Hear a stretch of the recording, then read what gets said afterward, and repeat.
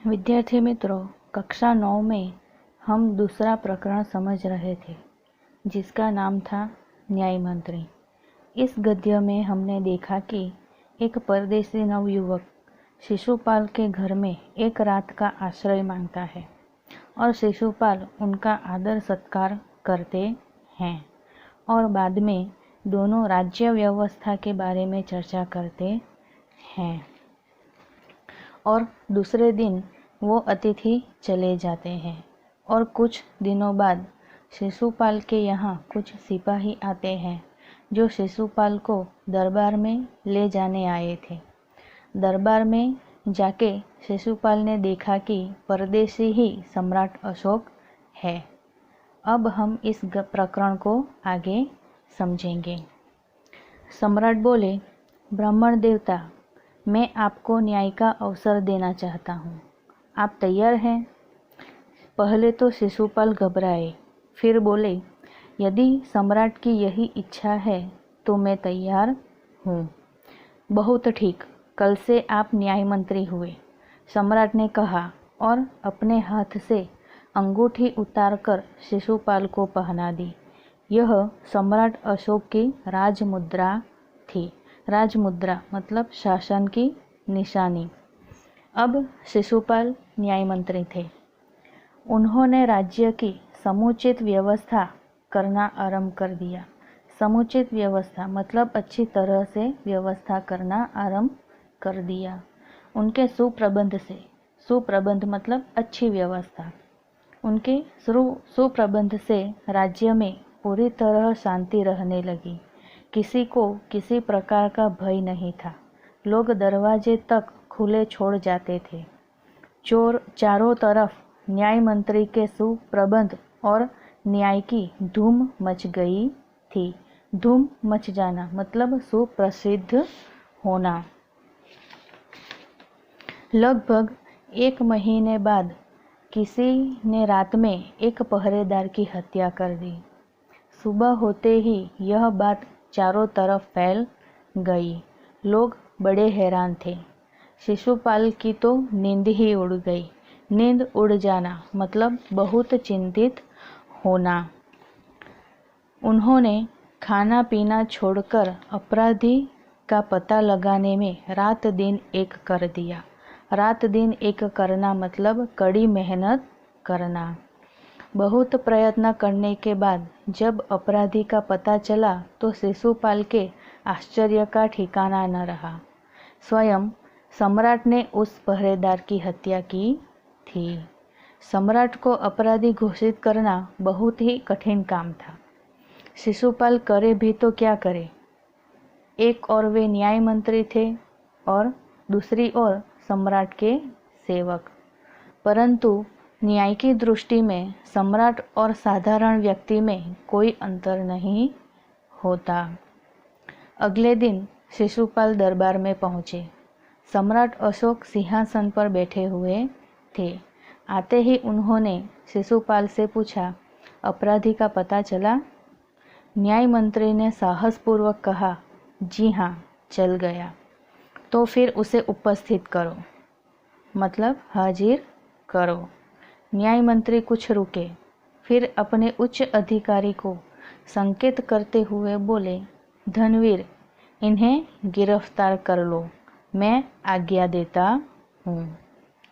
संकेत सम्राट की ओर था। संकेत मतलब इशारा। इशारा सम्राट अशोक की ओर था।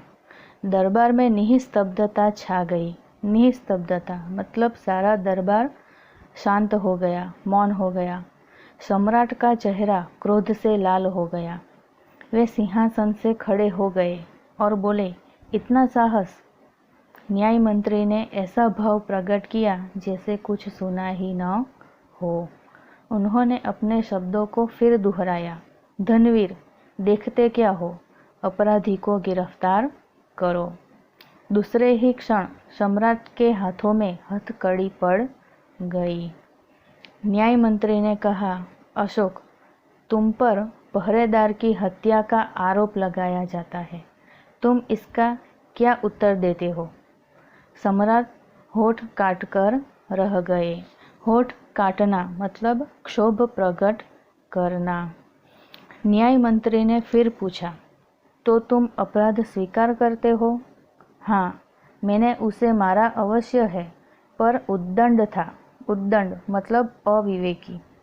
सम्राट का उत्तर था, वह उद्दंड था या नहीं, तुमने एक राजकर्मचारी की हत्या की है, तुम अपराधी हो, तुम्हें मृत्युदंड दिया जाता है। न्याय मंत्री ने निर्णय दिया। सभा में सन्नाटा छा गया।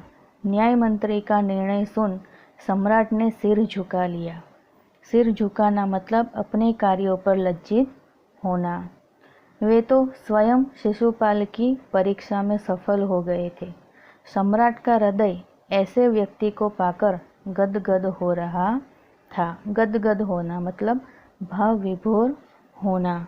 अर्थात सम्राट अशोक ने शिशुपाल को न्याय का असली रूप दिखाने का अवसर दिया था।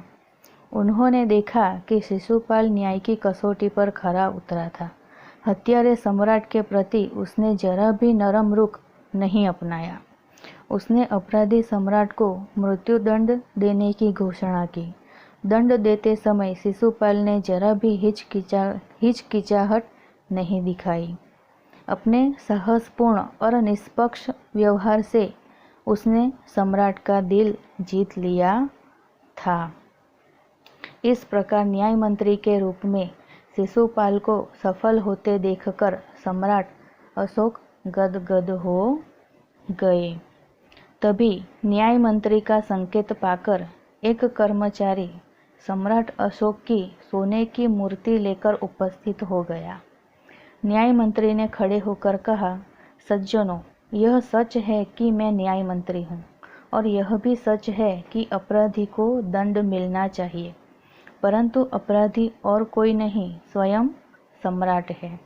शास्त्रों में राजा को ईश्वर का रूप माना गया है, इसलिए उसे ईश्वर ही दंड दे सकता है। अतएव अर्थात मैं आज्ञा देता हूँ कि सम्राट को चेतावनी देकर छोड़ दिया जाए और उनके स्थान पर इस सोने की मूर्ति को फांसी पर लटका दिया जाए, जिससे लोगों को शिक्षा मिले। न्याय मंत्री का न्याय सुनकर लोग जय जयकार कर उठे। जब सब लोग चले गए तो शिशुपाल ने राजमुद्रा सम्राट अशोक के सामने रख दी और बोले, महाराज, यह राजमुद्रा वापस ले ले, मुझसे यह बोझ नहीं उठाया जाएगा। अशोक ने सम्मान भरे दृष्टि से उनकी ओर देखते हुए गदगद कंठ से कहा, आपने मेरी आंखें खोल दी है। आपका साहस प्रशंसनीय है। यह बोझ आपके अतिरिक्त और कोई नहीं उठा सकता। और न्याय मंत्री निरुत्तर हो गए। अर्थात शिशुपाल न्याय मंत्री की कसौटी पर खरे उतरे थे। सम्राट अशोक ऐसे व्यक्ति को पाकर गदगद हो गए। लोगों ने भी शिशुपाल का न्याय सुनकर उनकी जय जयकार की, परंतु शिशुपाल को लगा कि न्याय मंत्री की यह जिम्मेदारी उनसे नहीं संभाली जाएगी।